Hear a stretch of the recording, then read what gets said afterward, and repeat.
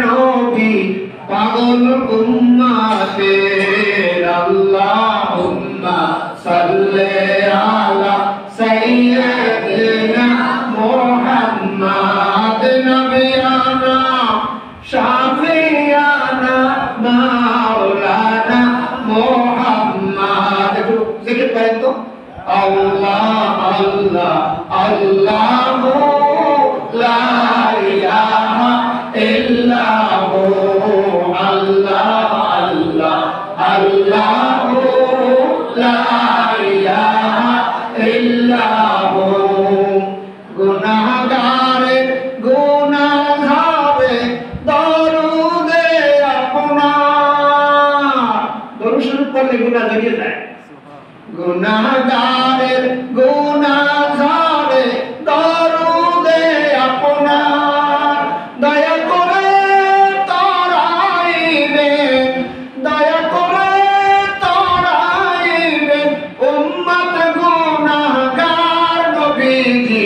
আল্লাহ আল্লাহ আল্লাহু লা ইলাহা ইল্লাহু আল্লাহ আল্লাহ আল্লাহ লা ইলাহা ইল্লাহু।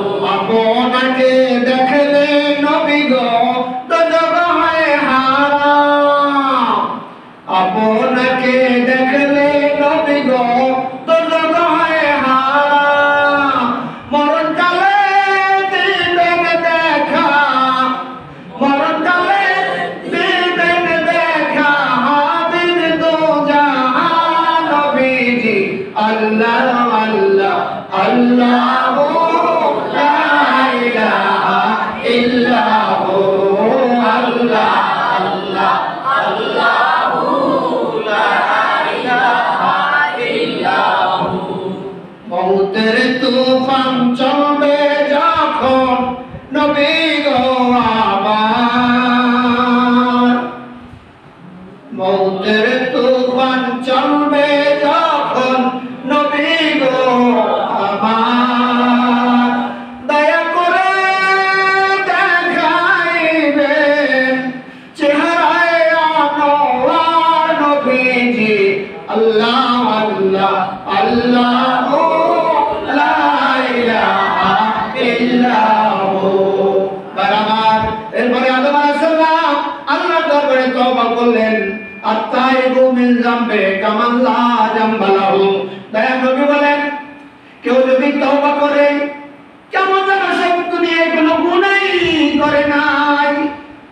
সন্তান মায়ের গর্ভের থেকে দুনিয়ায় যেরকম আসে, আসলে পরে যেমন গুনাহ থাকে না, তওবা করলে তার কোনো গুনাহ থাকে না। সুবহানাল্লাহ। আত্তাইবু মিন যামবে কামান লা যামবা লাহু। আদম আলাইহিস সালাম সেই তওবা করলেন। পরের আমার সাথে আস্তাগফিরুল্লাহাল্লাযী লা ইলাহা ইল্লা হুয়াল হাইয়ুল কাইয়্যুম ওয়া তুবু ইলাইহি। তওবা আল্লাহর দরবারে কবুল হয়ে গেল। কবুল হয়ে যাওয়ার পর আল্লাহ রাব্বুল আলামিন আদম এবং হাওয়াকে মাফ করে দিলেন। এই যে মাফের ঘোষণা দিয়েছেন, সেই দিনটা ছিল 10ই মুহররম শুক্রবার। সুবহানাল্লাহ। হযরত নূহ আলাইহিস সালাম তার কওমকে বললেন, তোমরা আল্লাহর হুকুম মানো, আল্লাহর অবাধ্য হইও না। তারা কানে ঢুকাইল না। এরপরে নূহ আলাইহিস সালামকে দিনে মারে, রাইতে মারে, দিন প্রচার করতে দেয় না। নূহ আলাইহিস সালাম অতিষ্ঠ হয়ে আল্লাহর দরবারে বলেন, বাবু আমি দিন প্রচার করি, রাত্রে প্রচার করি, তারা আমার কথা শোনে না। আমি এখন কি করতে পারি আল্লাহ? তুমি গজব দিয়ে জনমের মতো বিদায় করে দাও। আল্লাহ রাব্বুল আলামিন বললেন, নূহ তাই হবে, তবে একটা কাজ করো, তুমি একটা নৌকা বানাইতে বলো, কিস্তি বানাইতে বলো। ওই নৌকা দেখে যদি কেহ নৌকায় ওঠে তাদেরকে আমি পরিত্রাণ দেব, গজব দেব না। তুমি একটা নৌকা বানাও। নৌকা বানালেন। অনেক ইতিহাস। নৌকা বানাবার পর ওই কাফের বেঈমানেরা নৌকা দেখা হাসি তামসা করতেছে, ঠাট্টা করতেছে। আছে না আপনাদের এলাকায় ঠাট্টা করার লোক?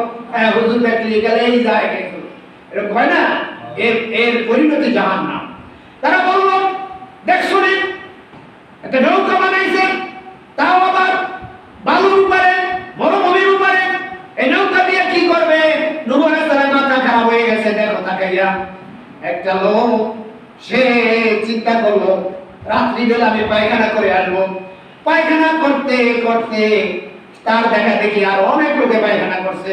পায়খানা করতে করতে নৌকা বোঝাই, নৌকা ভর্তি হয়ে গেছে।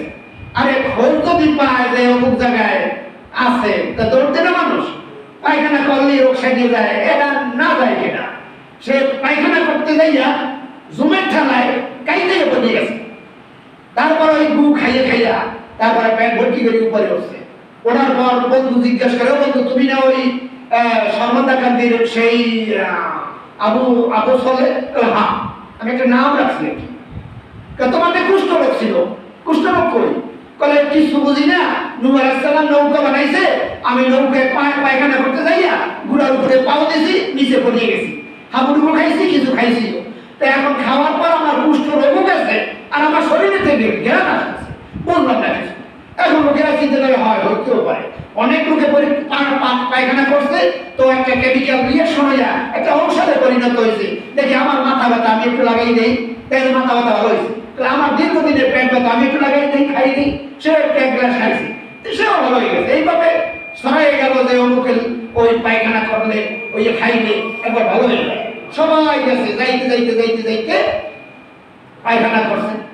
এখন নূহ আলাইহিস সালাম কয়, আল্লাহ বানাইতে কইছো নৌকা, তা কাম তো সারা। আল্লাহ রাব্বুল আলামিন বলেন, নূহ দেখো কিসে কি হয়।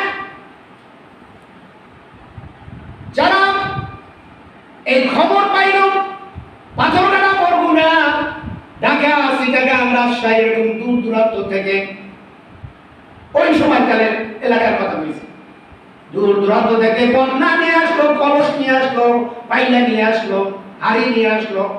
এভাবে নিতে নিতে নিতে নিতে সব পায়খানা শেষ, শুধু লাগালাগা আছে। কিছু লোক আইয়া কয় যে কি করলি, আমাকে তো মোটে রাখলি না।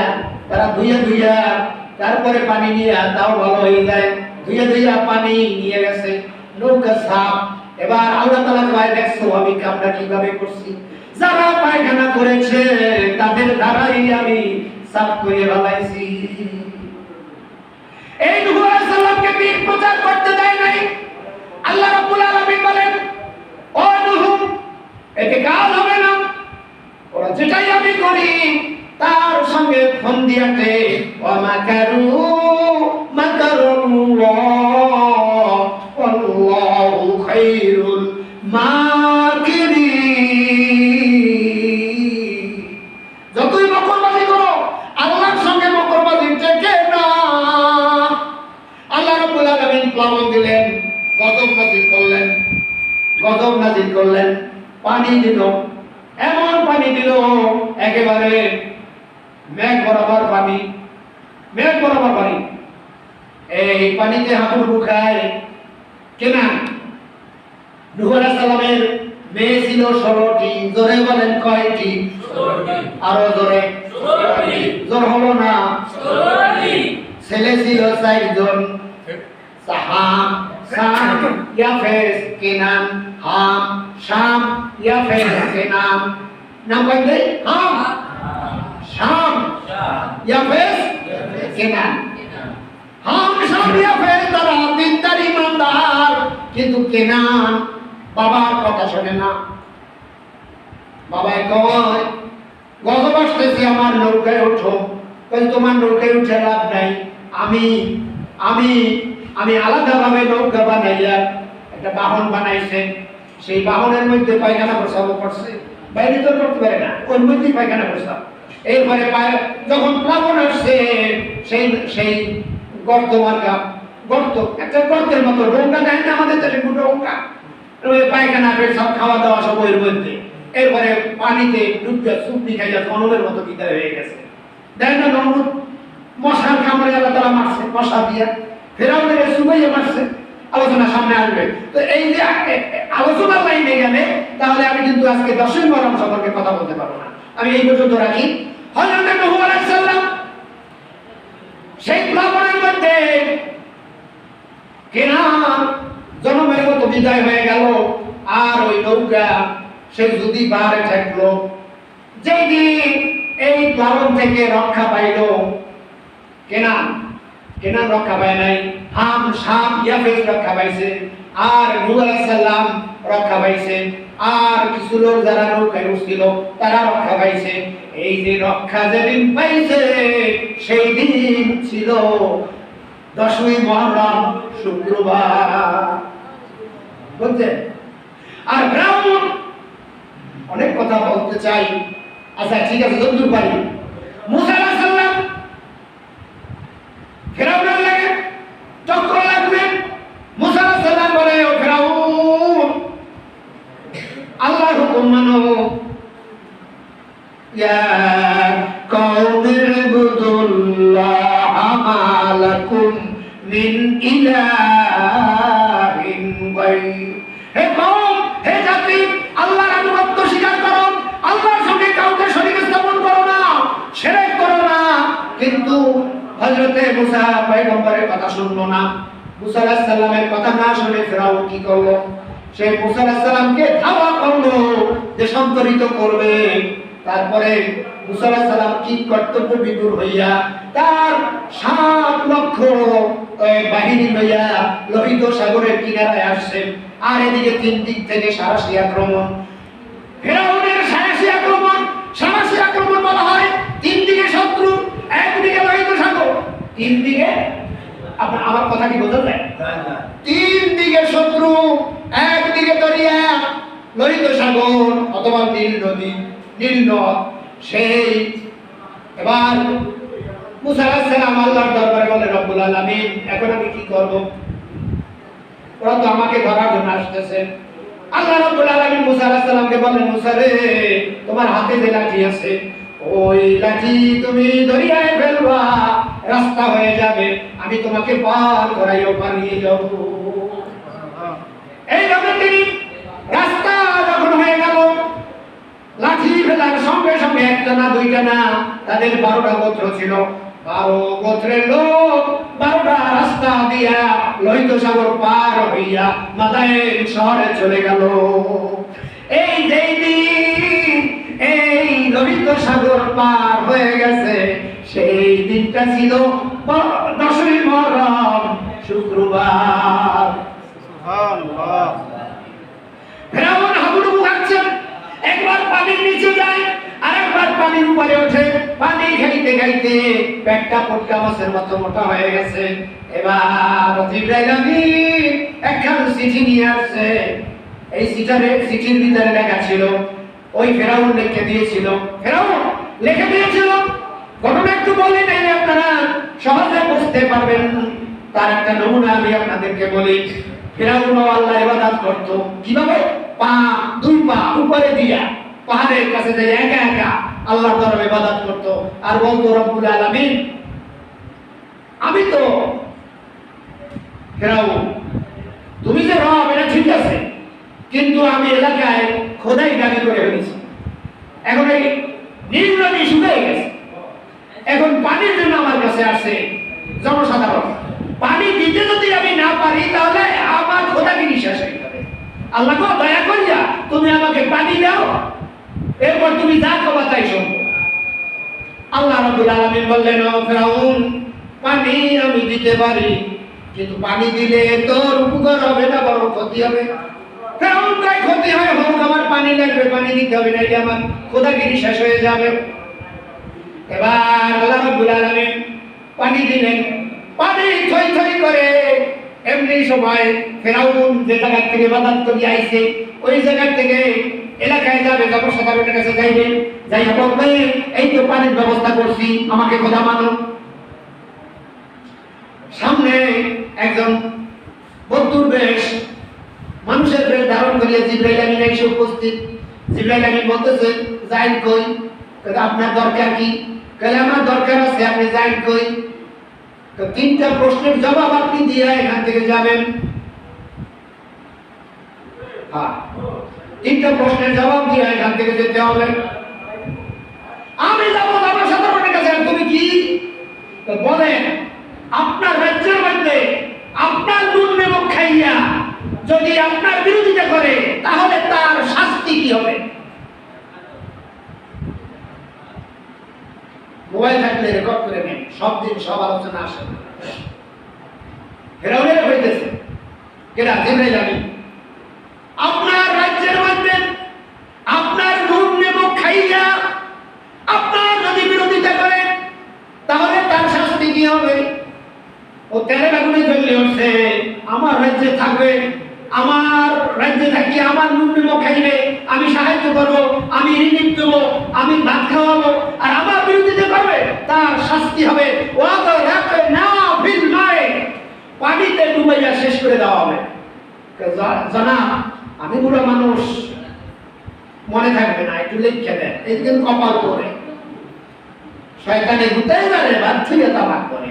উনি লিখে দিয়েছেন আমার রাজ্যের মধ্যে যদি কেউ আমার নুন নেমক খাইয়া যদি বিরোধিতা করে তার শাস্তি হবে অগরকনা ফিল মায়ে, পানিতে ডুবাইয়া শেষ করে দেওয়া হবে।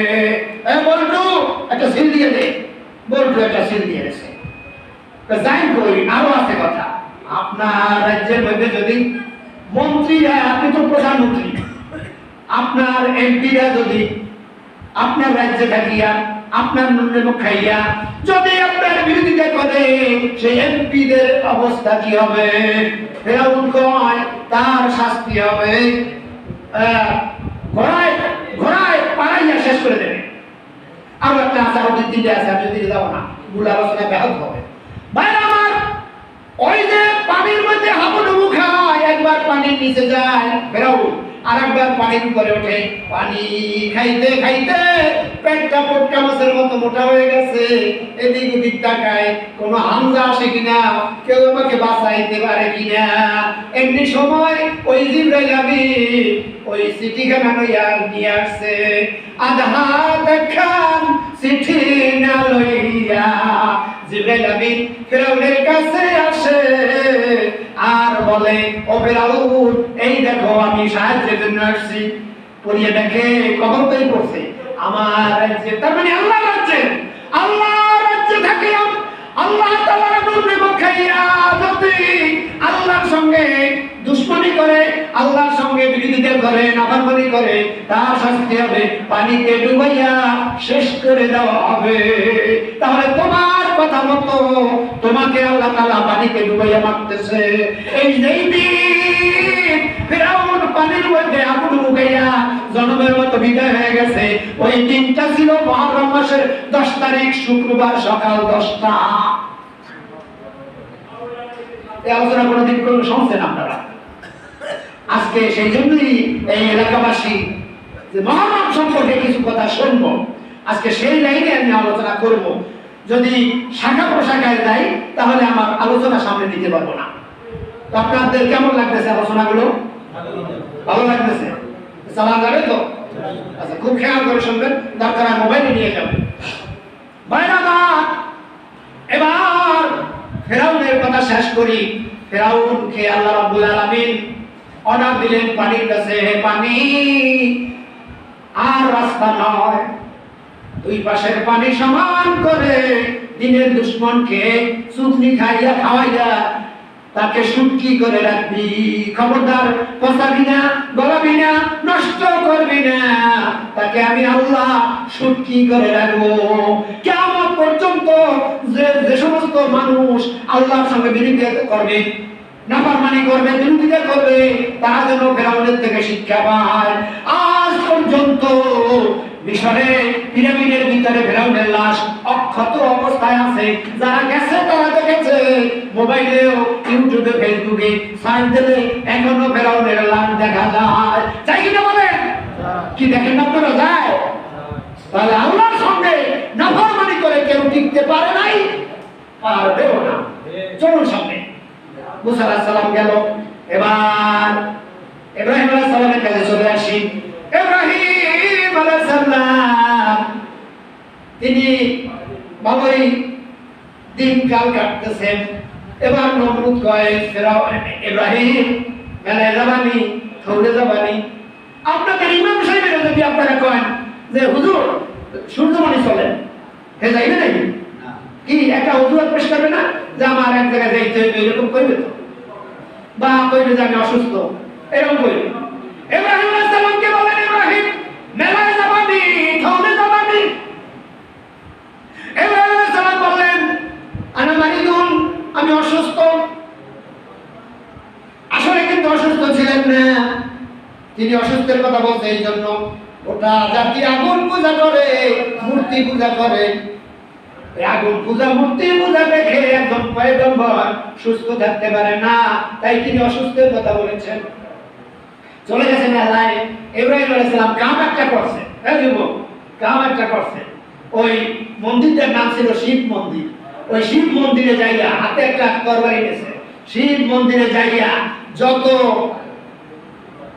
ওই যে ভগবতী ওই যত যা আছে মূর্তি তাদের সবগুলোর কল্লা কাটছে কাটার পর একটা মূর্তি আর এই মানে বাসায় রাখছে তার হাতে উঠাটা দিয়া উনি বাড়ি চলে আসছে নমরুদের দলবল আসছে মেলা শেষ করে আইছে আইয়ে দেখে যে ভূতখানায় সব মূর্তি কল্লা দ্বিখণ্ডিত আবার একটার আস্থা কল্লা আবার হাতে একটা তরবারি এখন একজনে আরেকজনে কই করতে আছে ওই হুজুর তো সূর্যমণি যায় নাই ওনার দ্বারাই এই কাম হয়েছে ডাকো তারে ইব্রাহিম আলাইহিস সালাম ডাইকে এনেছে কেন এনেছে নমরুদ ডাইকে নিয়ে বলতেছে মান ফালা হাযা বিআলিহাতিনা আমাদের এই প্রভুর সঙ্গে আমাদের প্রভু প্রত্যেকে খুদা তারপরে পেশায় কুদা তারপর দেয় কাদা তারে বানায় খোদা এই মাসে এই কাম করছে না ইব্রাহিম আলাইহিস সালাম সত্য কথা কইছে কিন্তু একটু ঘুরাইয়া কইছে এটা জায়েজ আছে যে এর ভিতরে যে বড় তার কাছে জিজ্ঞাসা করে দেখো হয়তো সে বলে দিবে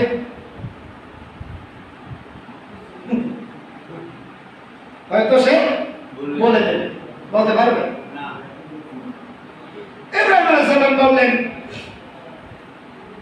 জিজ্ঞাসা করো দেখো না ওই যে উঠার হাতে কাম তো এই অনেক করে মনে মনে করে আসলে তো নিজে জানছে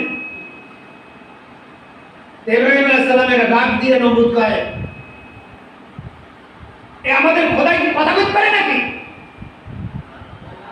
ইব্রাহিম আলাইহিস সালাম কথা উকিলেরা কথা বলে কিন্তু একটা যুক্তি দিয়া যে কথা বলতে পারে না হাঁটতে পারে না চলতে পারে না নাকের ডগার উপরে একটা মাছি আসলে সরাইতে পারে না এমন অপদার্থ খোদার ইবাদত তোমরা কেন করো বুঝি তোমার দ্বারাই হয়েছে এবার কাঠ আনছে 1 মাস পর্যন্ত কাঠ সংগ্রহ করছে তেল দিয়েছে পেট্রোল এবার আগুন ধাউ ধাউ করে জ্বলতেছে এই আগুনের ভিতরে ইব্রাহিম আলাইহিস সালামকে ফেলে দিল তো চরকা বানাইছে আমি সহজে কইতেছি চরকা বানাইছে এখন হ্যান্ডেল ঘুরাইতেছে হ্যান্ডেল ঘুরে না না ঘোরার পর শয়তান কানে কানে আইসা বলতেছে নমরুদ এই ইব্রাহিমকে আগুনে ফেলতে পারবো না কারণ হলো ফেরেশতারা দলিয়ে বইছে যদি অপকর্ম করাইতে পারো কুমার কুমারীদেরকে এনে তাহলে ফেরেশতারা চলে যাবে অটোমেটিক চর্চা করবে ইব্রাহিম আগুনের ভিতরে ভরে যাবে বুদ্ধিটা কি শয়তানের বুদ্ধি হলো ঘরে ঘরে যদি জিনা ব্যভিচার করাইতে পারো 40 জন কুমার 40 জন কুমারী মানে হিন্দুদের বলে কুমার কুমারী আর আমাদের দেশে কয় যুবক যুবতী এক আইনা জিনা ব্যভিচার করছে ওই পাশে বসে জিনা ব্যভিচারী করার পর ওই মহিলারা বলতেছে যাও না আমরা যে নেকের কাজে অংশগ্রহণ করছি ওদের নেকের কাজ বলে আমাদের পুরস্কার কি দিবা হ্যাঁ তোমাদের আমি একটা পুরস্কার দিব কিতাব খুলে দেখেন কথা শুনলাম দিয়ে এই কথাটা লেখছে যারা যারা ওই 40 জন কুমার কুমারী জিনা ব্যভিচারে লিপ্ত হয়েছিল তাদের কপালে লাল সিন্দুর দিয়া তাদেরকে পুরস্কৃত করেছে এই জন্য আমাদের দেশে দেখবেন যাদের বিবাহ হয় নাই তাদের কিন্তু খোটা নাই যারা বিবাহ করছে, বিবাহ হইছে, কুমারীর যাদের বিবাহ হইছে, কপালে তারা একটা লাল সিন্দুর দেয়, বিয়ার পরে আর একটা দেয়, দুইটা দেয়। এটা আসছে ওইখান থেকে, ওরা জানে না। জানবে কি? ওরা জানার কোন লাইন আছে? আমাদের কোরআনে সব বর্ণনা করা আছে। ভাই আমার, ইব্রাহিম আলাইহিস সালামকে যখন চরকা ঘুরাইয়া আগুনের ভিতরে ফেলে দিল, আল্লাহ রাব্বুল আলামিনের রহমতের দরিয়ায় জোশ বেড়ে গেছে। আল্লাহ রাব্বুল আলামিন বলেন, ইব্রাহিম আমার খলিলকে আগুনে ফেলেছে, তুমি যাও সাহায্যের জন্য। জিবরাইল আমিন এসে বলতেছে, ও ইব্রাহিম বলো কি সাহায্য লাগবে, আমি এই আগুনকে নিভাইয়া দিব আর নমরুদের দলবল সব শেষ করে দিব। ইব্রাহিম আলাইহিস সালাম বলেন, ও নমরুদ, ইব্রাহিম আলাইহিস সালাম বলেন, ও আগুন, হে আগুন, তুই যদি আল্লাহর জন্য এসে থাকো তাহলে তুই নিভে যা, আর যদি তুই ফিরআউনের নমরুদের জন্য এসে থাকো তাহলে তুই আমারে জ্বালাইয়া দিস। আল্লাহ রাব্বুল আলামিন নোটিশ জারি করলেন আগুনের প্রতি, কুলনা ইয়া নারু কুনি বারদাও ওয়া সালামান আলা ইব্রাহিম। হে আগুন, ইব্রাহিম খলিলের জন্য শান্তিদায়ক ঠান্ডা হয়ে যা। সঙ্গে সঙ্গে আগুন ফুলের বাগিচায় পরিণত হয়ে গেছে। যেই দিন ইব্রাহিম আলাইহিস সালামের সেই আগুন ফুলের বাগিচা হয়ে গিয়েছিল, সেই দিনটা ছিল 10ই মুহররম, শুক্রবার। এইভাবে কথা বলতে বলতে বলতে যদি এক মাসও বলি তারপর কিন্তু কথা শেষ হবে না। আমি সংক্ষেপে করতেছি না, একটু পানি দাও, পানি আছে না, একটু জোরে শুরু করেন, আল্লাহুম্মা সাল্লি আলা সাইয়্যিদিনা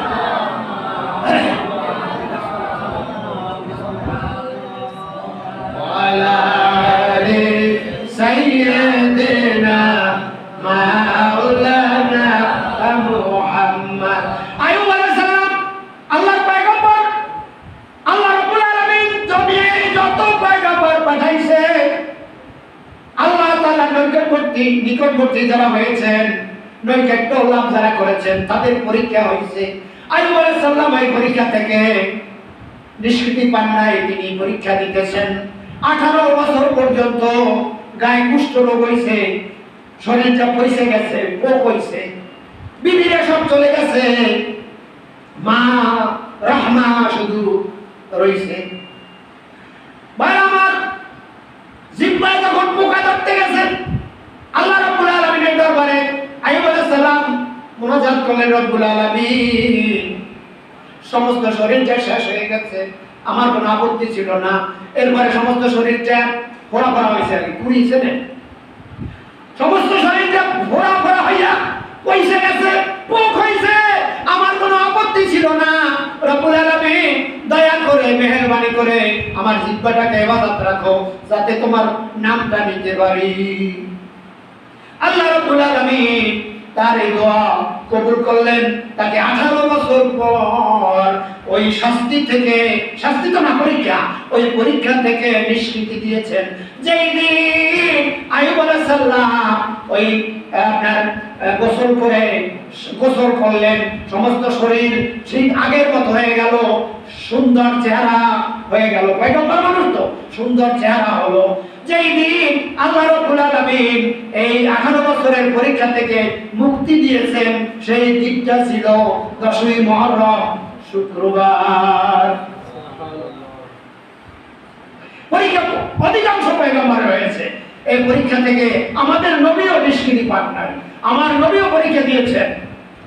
যেই নবী কথা বললেন, আল্লাহ তাআলা বলেন, আপনি কোরআন তেলাওয়াত করেন, যেই সময় আপনার জিহ্বা নাড়াচাড়া করে আমার মনে কষ্ট লাগে, যে আল্লাহর এত কষ্ট লাগে, সেই আল্লাহ হযরতে মুহাম্মদুর রাসূলুল্লাহ সাল্লাল্লাহু আলাইহি ওয়াসাল্লাম তাকে তায়েফের ময়দানে পাথর মারলো, পাথর মাইরা রক্তাক্ত করলো, দয়া নবী বেহুশ হয়ে গেল। যায় নাই? তাইফের ময়দানের থেকে তিনি বেহুশ 3 বার হয়েছে আর শরীরটা ঝাঁঝরা ঝাঁঝরা হয়ে গেছে। তিনি যখন তাইফের কথা বলতেন তখন চোখ দিয়ে পানি দরদর হয়ে পড়তেন। এই জন্য আয়েশা সিদ্দিকা বা খাদিজা রাদিয়াল্লাহু তাআলা না কখনো বলতেন না, তাইফের ঘটনার কথা জিজ্ঞেস করতেন না। জিজ্ঞেস করলে তাইফের কথা দয়ার নবী চোখ দিয়ে পানি পড়তো। এত বড় পরীক্ষা সেখানে হয়েছে। উহুদের ময়দানে দয়ার নবী দান্দান মুবারক শহীদ করলেন কুমাইজা। এই কুমাইজার বংশে আজ পর্যন্ত দাঁত গজায় না। মদিনায় যাই দেখবেন কুমাইজার বংশে দাঁত গজায় না, কারণ দয়ার নবীর দাঁতের দিকে লক্ষ্য করে তীর নিক্ষেপ করেছিল। আল্লাহ নবী সেখানে পরীক্ষা হয়েছে, ভাবে অনেক পরীক্ষা হয়েছে, অনেক পরীক্ষা। আবু জাহেল কম জালাম জ্বালায় নাই, আবু জাহেল বহু জালাম জ্বালাইছে। কি জ্বালায় নাই? মারতে পারে না, কারণ আব্দুল মুত্তালিব জীবিত, চাচা আবু তালেব জীবিত, মারতে পারে না। তাই ঘরের সামনে একটা গর্ত করছে, মুহাম্মদকে ডাকবে সাল্লাল্লাহু আলাইহি ওয়াসাল্লাম, আর এই গর্তে বলিয়া শেষ হয়ে যাবে। তাই একটা প্ল্যান করছে, ফোন দিয়ে আসছে, ফান পাচ্ছে, একটা গর্ত করছে। গর্ত করার পর লোক পাঠাইছে, নবীকে বলো যে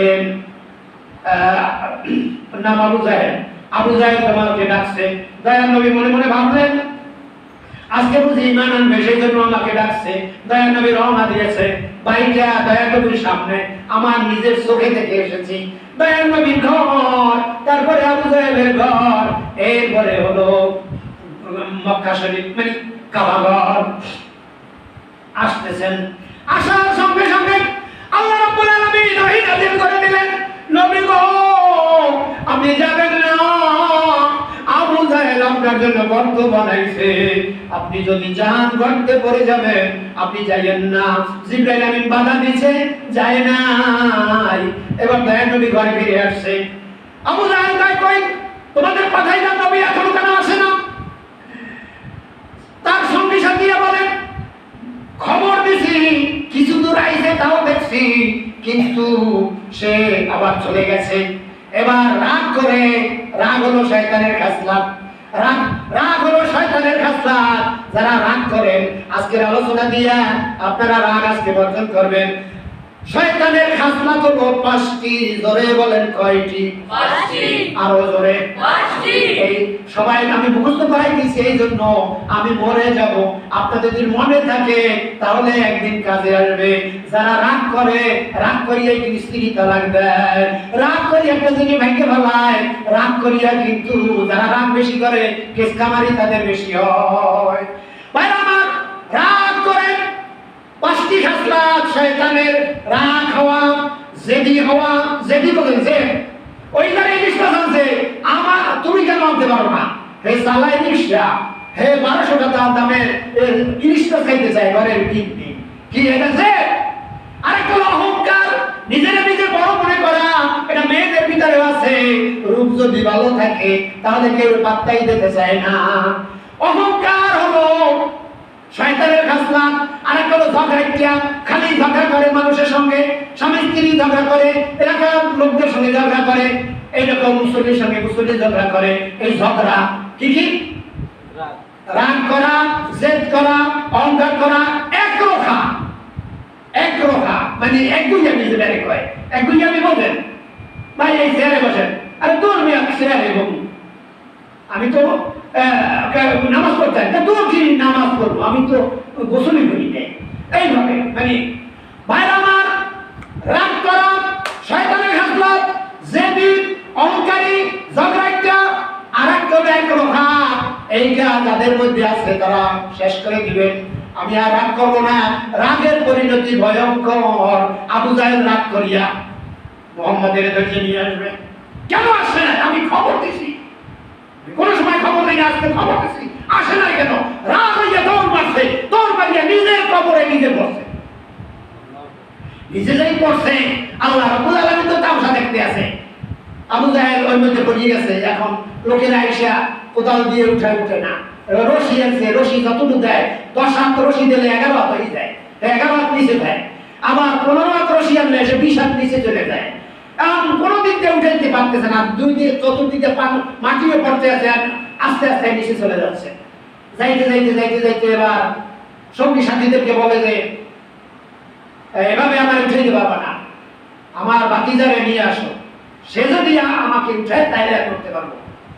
এবার ভাতিজারে খবর দিয়েছে দয়ার নবী, রহমতের নবী, সে কি নাই পারে, আইসি বার হাত দিয়েছে, হাত ধরিয়া রাসূল পাক সাল্লাল্লাহু আলাইহি ওয়াসাল্লামের কাছে কইছে নমরুদ, যে নমরুদ এটা কেডা? আবু জাহেল। আবু জাহেল কয় যে ভাতিজা আমারে উঠাইয়া দাও, তুমি যা করো আমি তাই শুনবো। কইলে তাইলে দেন, হাত দেন। যে হাত আছে হাত ধরিয়া তাই উঠাই বেড়াইছে, উঠাইয়া এদিক ওদিক যায়, দলবলের দিকে চাইয়া কয় জাদু তো কম শেখো নাই, এত বড় জাদুকর তুমি, যার নসিবে ঈমান না থাকে সে কোনোদিন কি করতে পারে না, ঈমান আনতে পারে না। তো যেই দিন আবু জাহেল, আবু লাহাব, উতবা, সাইবা, রাউবাদিয়া, কাটটা কাফের, যাক আমি ওদিকে যাব না, অনেক আলোচনা ছিল, আমি কাইটা দিলাম। এরপরে আসেন ইমাম হোসাইন। ইমাম হোসাইনের ঘটনা বললে রাত কেটে যাবে, যেহেতু মূল আলোচনায় আমি এখনো যেতে পারি নাই। ইমাম হোসাইনের ঘটনা বলে আমি রাসূলের শান এবং মান বলবো। ইমাম হোসাইন ৭২ জন কাফেলা নিয়া আপনার কারবালার ময়দানে চলে গেলেন। কারবালার ময়দানে যাইয়া একদিন না, 2 দিন না, বহুদিন পর্যন্ত সেখানে রইলেন, নামাজ পড়তেছেন। আর ওই যে ইয়াজিদের সৈন্যরা তারা দলবল নিয়ে সেখানে গেছে, যুদ্ধ হবে, যুদ্ধ হবে। এবার ইমাম হোসাইনের সঙ্গে যুদ্ধ হবে। ইমাম হোসাইনকে টার্গেট করে তীর নিক্ষেপ করলো। এর আগে অনেক ঘটনা আছে। শহীদ হলো ইমাম হোসাইন, নবীর জানের জান। শহীদ হলো ইমাম হোসেন, নবীর জানের জান। রক্তে লালে লাল হইল কারবালা ময়দান। সামনে আসে, পিছনে থাকবে, দেখা যায়। রক্তে লালে লাল হইল কারবালা ময়দান। দুধের শিশু আলী আসগারে পানি চাইল মায়ের দ্বারে। দুধের শিশু আলী আসগারে পানি চাইল মায়ের দ্বারে। পানি পানি বলে সেজে দিয়ে গেল প্রাণ। রক্তে লালে লাল হইল কারবালা ময়দান। ভাই আমার, দুধের শিশু আলী আসগার মায়ের কাছে পানি চাচ্ছে। মা বলতেছে আমার জিহ্বায়ও পানি নাই, সন্তানকে কেমন করে পানি দিব? ইমাম হোসাইনের কোলে দিয়া বলতেছে ওই যে পানি, ফোরাত নদীতে পানি, পানি তো কেউ কিনে খায় না, কার পানি কিনে খায় না, ওই যে আল্লাহর দরিয়ার পানি একটু নিয়ে আসো। ভাই আমার, পানি চাইতে যাবে, ঠিক এই মুহূর্তে সীমা ওই ইয়াজিদের সৈন্যরা তীর নিক্ষেপ করে দিল। দুধের শিশু আলী আসগারের মুখ ফেরে পিছন থেকে চলে গেল। আর ইমাম হোসাইন তার দুধের শিশুকে কোলে লইয়া স্ত্রীর কাছে যাইয়া বলতেছে, প্রাণের স্ত্রী রে, জীবনে আর কোনদিন তোমার সন্তানের পানি চাইবে না, জন্মের মতো পানি খাওয়াইয়া নিয়ে আসি। এরপর ইমাম হোসাইনকে শহীদ করে দিল। সীমা তরবারি দিয়া ইমাম হোসাইনের কল্লা বিখণ্ডিত করে ফেলল। যেই দিন ইমাম হোসাইন শাহাদাত বরণ করলেন, সেই দিনটা ছিল 10ই মুহররম, শুক্রবার। ইয়াউমে আশুরা সম্পর্কে, 10ই মুহররম সম্পর্কে অনেক আলোচনা আছে, আমি আর সেদিকে যাব না, আপনারা কিতাব দেখে নেবেন। আর ইমাম হোসেন, আপনাদের যারা ইমাম তারা তো আপনাদের কাছে বলে মুখস্থ করে নেবেন, আমি ওদিকে যাব না। এখন মূল আলোচনা আমি অল্প সময় করব, যে আলোচনার সময়ের জন্য আর আমি বলার জন্য এসেছি। আমার এতগুলো আলোচনা করছি, এই আলোচনার শেষ নির্যাস আমি এখন আপনাদেরকে দেব। ভাই আমার, আল্লাহ রাব্বুল আলামিন তার হাবিবকে বানাইলেন আমাদের জন্য। আল্লাহ বলেন, হাবিব আমার মানুষের কাছে দেন, আর আপনার পরিচয় আমি আল্লাহ স্বয়ং নিজেই দিব।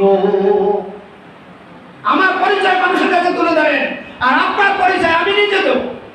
দয়া নবীকে বলতেছেন, আল্লাহ বলতেছেন কুল হুয়াল্লাহু আহাদ, বলুন আমার পরিচয় এভাবে দেন, আমি আল্লাহ এক, একক, আল্লাহুস সামাদ, আল্লাহ বেনিয়াস, আল্লাহ কারো মুখাপেক্ষি নয়। তোমরা দুনিয়ার সব মানুষ মুখাপেক্ষি, আল্লাহ কারো মুখাপেক্ষি নয়। লাম ইয়ালিদ ওয়া লাম ইউলাদ, আল্লাহ তাআলাকে কেউ জন্ম দেয় নাই, তিনিও কাউকে জন্ম দেন না। ওয়া লাম ইয়াকুল লাহু কুফুয়ান আহাদ, আর আল্লাহ তাআলার সমকক্ষ কেউ নাই। আপনি মানুষের মাঝে আমার পরিচয়টা এইভাবে দিয়ে দেন। আল্লাহ রাব্বুল আলামিন বলেন, নবী এখন আপনার পরিচয় আমি দিব। ওয়ালা সাউফা ইউতিকা রাব্বুকা ফাতারদা,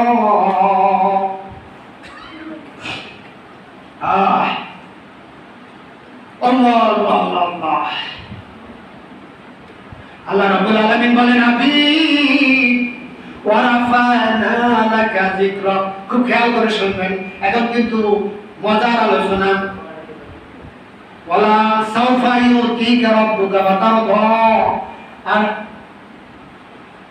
ওয়ালা সাউফা ইউতিকা রাব্বুকা ফাতারদা, নবী গো আপনাকে আমি এমন জিনিস দিব যে জিনিস পাই আপনি খুশি হয়ে যাবেন। আল্লাহর নবী তখন বলেন, লান আরদা, আমি খুশি হব না, লান আরদা, আমি খুশি হব না, হাত্তা ইয়াকুনা ওয়াহিদিন উম্মতি ফিন্নার, যতক্ষণ পর্যন্ত আমার একজন উম্মত জাহান্নামের আগুনে জ্বলবে ততক্ষণ পর্যন্ত আমি খুশি হব না। কে বলতেছেন? আপনার আমার নবী, যার সুপারিশ দিয়া আমরা জান্নাতে যাব। ওয়ারাফানা লাকা যিকরা, আল্লাহ ওয়াদা করেছেন আপনার পরিচয় আমি দেব। আল্লাহ বলতেছেন, নবী গো আপনার জিকির, আপনার আলোচনা, আপনার পরিচয় আমি উঁচু করে দিয়েছি। কিভাবে উঁচু করলেন? বাস্তবে আসেন। আশহাদু আন্না মুহাম্মাদার রাসূলুল্লাহ, প্রতিদিন পাঁচ ওয়াক্ত নামাজে আযান শুনেন, আযানের মধ্যে দয়ার নবীর নামও আছে, আল্লাহর নামও আছে। ইকামতে দয়ার নবীর নাম আছে, আল্লাহর নামও আছে। নামাজের মধ্যে দয়ার নবীর নাম আছে, আল্লাহর নামও আছে। নামাজের নাম আল্লাহু আকবার, কি করেন না নামাজে? কার কথা বলতেছেন? আল্লাহ বড়, সাথে সাথে দয়ার নবীর কথা কইতেছেন। ভাইরা খুব খেয়াল করবেন, এদিকে কোথাও তাকাবেন না। আমরা তো সানবক্স, কথা আল্লাহ যদি সাপ্লাই দেয় আমরা বলতে পারবো, নাইলে আমার কোনো ক্ষমতা নেই বলা। খুব খেয়াল করে শুনবেন। নবী গো আপনার পরিচয় আমি কেমন করে উঁচু করেছি লক্ষ্য করুন। আপনার নাম মুহাম্মদ, লিখতে 5টি অক্ষর, মিম হা মিম মিম দাল। আর আমার জাতি নাম আল্লাহ, আল্লাহ লিখতেও 5টি অক্ষর, আলিফ লাম লাম লাম হা আল্লাহ। আমার নাম লিখতে কোনো নকতা নাই, আর আপনার নাম লিখতেও কোনো নকতা নাই। নবী গো আপনাকে আমি কত ভালোবাসি, আমার নামের সঙ্গে আপনার নামটা মিলাইয়া রাখছি। প্রেম তো মরে না, হায় হায় প্রেম তো মরে না। নবীর প্রেমিকেরা দিশেহারা মরণের ভয় করে না, প্রেম তো মরে না।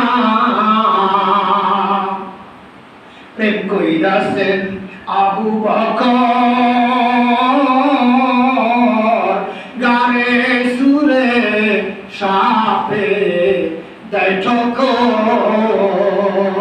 হায়রে বিষের জ্বালায় অশ্রু ঝরে, তবু নবীকে জাগাইল না, প্রেম তো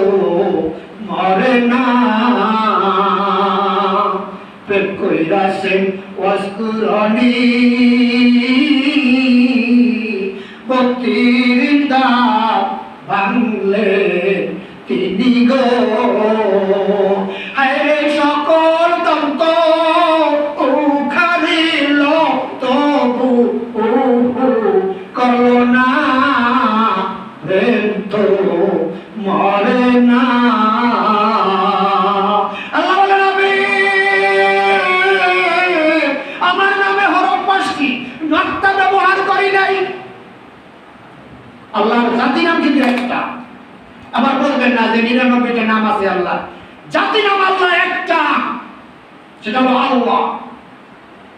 দয়ার নবীর নামও অনেক আছে, অগণিত, 100-র উপরে আছে আমার নবীর নাম। ইয়াসিন, ওগো মহামানব, কেউ এই তাফসীর করতে পারে নাই, এটা আমি বানাইয়ে বললাম মহামানব। ইয়াসিন, দয়ার নবীকে সম্বোধন করে ডাক দিয়েছেন, কত মায়া করে ডাকছেন।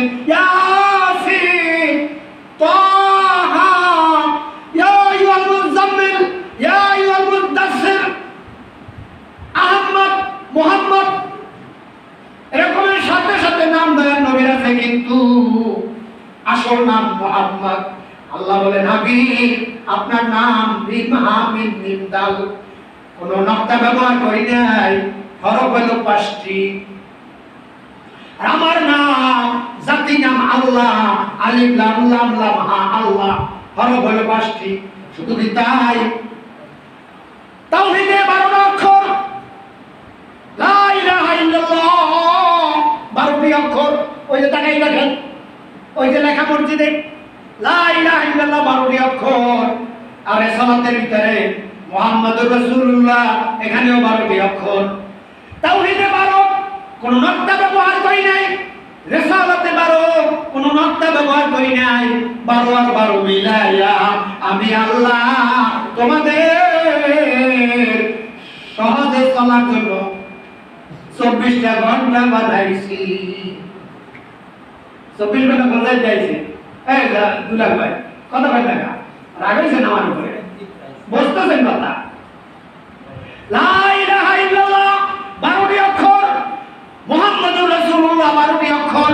12 আর 12 মিলাইলে কত হয়? এই চলে কত হয়? কথা বলেন তো, জোরে বেশি করেন না। রাত দিন 24 ঘন্টা এই জায়গা থেকে আসছে। ফ্রি প্রাইমারিতে বড় আর হাই স্কুলে বড় আর কলেজে বড়, এটা কিন্তু কোন জায়গায় পাবা না। একদম বাগডুম গোড়াডুম সাজেন, হাড্ডি মাটির টিম, তারা মাঠে পারে ডিম, তাদের খারাপ উঠোসি, মিথ্যা কথা ওখানে শিখায়, আসল কথা ওখানে শিখতে পারবা না। সেই জন্য মাদ্রাসায় পড়া লাগে। মাদ্রাসায় পড়লে এগুলো জানা যায়। 12 আর 12 মিলাইলে 24 ঘন্টা হয়। কলেজের একটা ছেলের কাছে জিজ্ঞেস করবা, পারবে না। আজকে শুনে গেছো হারুন জিয়ারির কাছে, হ্যাঁ, তোমার যদি কেউ শুনে থাকে, সে যদি আমার জায়গায় বলে দিলে পাবে। ভাইরা আমার, এগুলো বড় বড় কেতাবের থেকে নকল করে তারপর বের করতে হয়েছে। আরো আছে সুন্দর কথা। আল্লাহ রাব্বুল আলামিন খুব খেয়াল করবেন। আল্লাহ রাব্বুল আলামিন বলেন, হাবিব, ও হাবিব, আপনাকে আমি 12ই রবিউল আউয়াল সোমবার দিন দুনিয়ায় আগমন ঘটাইছি। আবার 12ই রবিউল আউয়াল আপনাকে আমি নিয়ে আসছি। 12ই রবিউল আউয়াল আপনি 24 ঘন্টার মধ্যে জন্মগ্রহণ করেছেন। 24 ঘন্টা, প্রত্যেকটা ঘন্টায় আপনার কথা বলবে, সপ্তাহে আপনার কথা বলবে, মাসে আপনার কথা বলবে, বছরে আপনার কথা বলবে। কিরকম? 12ই রবিউল আউয়াল জানুয়ারি মাসে হয়, 12ই রবিউল আউয়াল ফেব্রুয়ারি মাসে হয়, 12ই রবিউল আউয়াল মার্চ মাসে হয়। বুঝলেন ভাই না? কারণ কি? কারণ হলো আরবি মাস 28 দিনে হয়, 29 দিনে হয়, 30 দিনে খুব কম হয়। আর ইংরেজি বছর হয় 365 দিনে, আর আরবি মাস 354 দিন অথবা 55 দিনে হয়। এই যে 11 দিন কম আছে, এই কম থাকার কারণে মুহররম মাস আছে বৃষ্টির দিনে। এখন বৃষ্টি না আমাদের জালকাঠি, মুহররম মাসে বৃষ্টি হয়েছে। আবার 36 বছর পর আবার মুহররম মাস আসবে বৃষ্টির দিনে। 11 দিন বাড়বে কমবে, 11 দিন কমবে, খালি কমবে, 11 দিন কমবে। এই জন্য 12ই রবিউল আউয়াল বৈশাখ মাসে দেখবেন, 12ই রবিউল আউয়াল চৈত্র মাসে দেখবেন, 12ই রবিউল আউয়াল সোমবার কথা বলবেন না, হ্যাঁ কথা বুঝতেছেন? শনিবার দেখবেন, 12ই রবিউল আউয়াল শনিবার আছে, কেমন এই যে ঘরে 12ই রবিউল আউয়াল সোমবার, মঙ্গলবার, বুধবার, বৃহস্পতিবার। এই কারণ কি জানেন? কারণটা বলি, তারপর সামনে বোঝার কথায় যাবো। ভাইরা আমার, আল্লাহ রাব্বুল আলামিনের দরবারে ফেরেশতারা বলছে, আল্লাহ গো দয়ার নবীকে আমাদের মধ্যে আনেন। আর সে আসবে, আল্লাহ কয় কবুল। মাটি বলতেছে, আল্লাহ গো দয়ার নবীকে মাটিতে পাঠাও, আমরা ধন্য হব, আল্লাহ কয় কবুল। আসমান বলতেছে, আল্লাহ গো দয়ার নবীকে আসমানে পাঠাও, আল্লাহ কয় কবুল। রাতে পাঠাও, আল্লাহ কয় কবুল। দিনে বলতেছে, আল্লাহ গো দিনের ভিতরে দয়ার নবীকে পাঠাইয়া দিনকে তুমি ধন্য বানাও, আল্লাহ কয় কবুল। সাইকেল বলতেছে, অনেক অনেক অনেক আছে, যেদিন যদি কোনোদিন মাহফিল করি সেদিন বলবো। আজকে তো একটা 12ই রবিউল আউয়াল সম্পর্কে কথা না, এই সামনে 12ই রবিউল আসতেছে। আজকে হলো আশুরা, 10ই মুহররম সম্পর্কে কথা, তার প্রসঙ্গে দয়ার নবীর সম্মান করতেছি। ভাইরা আমার, এই যে রবিবার, সোমবার, মঙ্গলবার, বুধবার, বৃহস্পতিবার, এই দিনগুলো আল্লাহর দরবারে বলেছিল দয়ার নবীকে সোমবার পাঠাও, মঙ্গলবার পাঠাও, বুধবার পাঠাও, বৃহস্পতিবার পাঠাও। প্রত্যেক দিনই কিন্তু 12ই রবিউল আউয়াল হয়, তাই না ভাইয়া? আপনারা গত বছর 12ই রবিউল আউয়াল পালন করছেন ধরেন মঙ্গলবার, এবার হবে বুধবার অথবা রবিবার। কি এইরকম না? বুঝতেছেন কথা? ওই রকম ভাবে মাস, ওই রকম ভাবে বছর। ভাই আমার, 12 মাস আসলে কোন জায়গা থেকে 12ই রবিউল আউয়াল দয়ার নবীকে দুনিয়ায় প্রেরণ করেছেন। জায়গা আমি দিকে যাব না, এটা ছোট, এই কথাগুলো বোঝার জন্য সময় লাগে, আমি ওদিকে যাব না। যে লাইনে আমি গেছি, দয়ার নবীর কথা বলতেছিলাম, মনে আছে তো? কোন জায়গায় যাবার চাইছিলাম বলতে পারবেন? হ্যাঁ, আহা, দয়ার নবীকে আল্লাহ তাআলা ওয়ারাফানা লাকা যিকরা, নবী গো আপনার পজিশন, আপনার মর্যাদা, আপনার বুজুর্গি, আপনার পরিচয় আমি উঁচু করে দিয়েছি। সেজন্য